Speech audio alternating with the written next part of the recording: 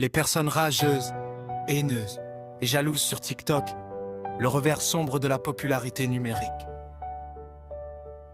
TikTok est aujourd'hui l'un des réseaux sociaux les plus populaires au monde. Des millions de personnes y partagent chaque jour des vidéos pleines de créativité, d'humour et d'énergie. Pourtant, derrière cette apparente légèreté se cache une réalité bien plus sombre.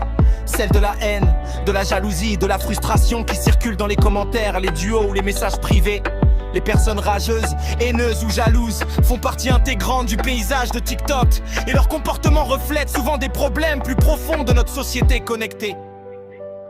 Quand la critique devient d'une habitude. Sur TikTok, la liberté d'expression est totale et parfois mal utilisée. Beaucoup d'utilisateurs se sentent autorisés à dire tout ce qu'ils pensent, même si c'est blessant. Certains laissent des commentaires méchants, moqueurs ou insultants sans réfléchir à l'impact que leurs mots peuvent avoir. Ces personnes, souvent appelées rageux ou haters, pour du plaisir à rabaisser les autres. Elles critiquent tout, la façon de parler, l'apparence, les opinions, simplement le succès d'un autre utilisateur. Souvent, ces attaques ne reposent sur rien de concret. Elles sont juste une manière d'exprimer un mal-être personnel. La jalousie déguisée en haine. La jalousie joue un grand rôle dans ce phénomène. Sur TikTok, certaines personnes voient des créateurs réussir à obtenir des vues, des partenariats ou de l'admiration. Au lieu de s'en inspirer, elles se sentent frustrées. Cette frustration se transforme alors en jalousie puis en haine. Le succès des autres devient insupportable pour elles, car il leur rappelle leur propre échec ou leur manque de confiance. Ainsi, les commentaires haineux ne sont souvent qu'un miroir d'insécurité. On critique ce qu'on aimerait avoir mais qu'on n'a pas.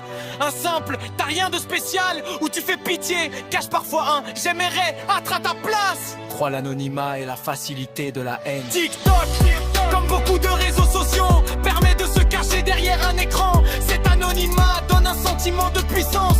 On peut insulter sans conséquence directe. Des comptes anonymes, souvent créés uniquement pour critiquer, se multiplient. Les rageux se sentent forts parce qu'ils ne voient pas les visages de ceux qu'ils blessent. Mais cette haine virtuelle a des conséquences bien réelles. Auxiliaire de confiance, voire des pressions chez les créateurs qui subissent ces attaques.